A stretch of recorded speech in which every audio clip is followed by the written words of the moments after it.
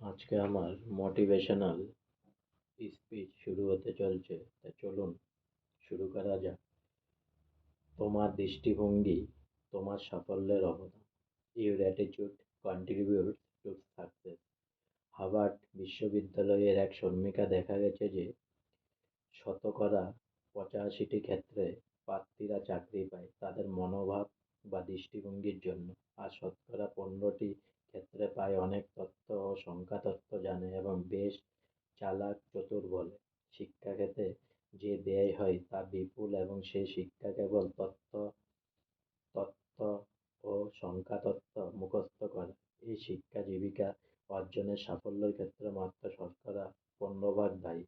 এ বইয়ের আলোচ্য বিষয় হলো বাকি শতকরা ৮৫% সাফল্য। ইংরেজি ভাষায় অ্যাটিটিউড শব্দটি একটি গুরুত্বপূর্ণ শব্দ। ব্যক্তি জীবনে জীবিকার ক্ষেত্রে প্রকৃতপক্ষে জীবনের সর্বক্ষেত্রে এই অ্যাটিটিউড বা মনোভাবের বিশেষ গুরুত্ব আছে।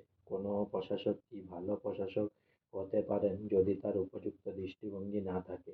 ছাত্রসুলভ মনোভাব না থাকলে একজন ছাত্র কি ভালো ছাত্র হতে পারে?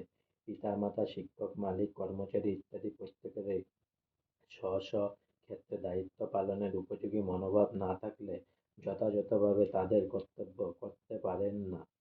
তাই যে জীবিকায় আপনি প্রচণ্ড করুন না কেন, সাফল্যের ভিত্তি হচ্ছে আপনার মনোভাব বা দৃষ্টিভঙ্গি। আজকে আমার মোটিভেশনাল স্পিচ এখানে শেষ হলো। তাই সবে একবার অনেক অনেক সাবস্ক্রাইব করুন, অনেক অনেক লাইক করুন প্লিজ।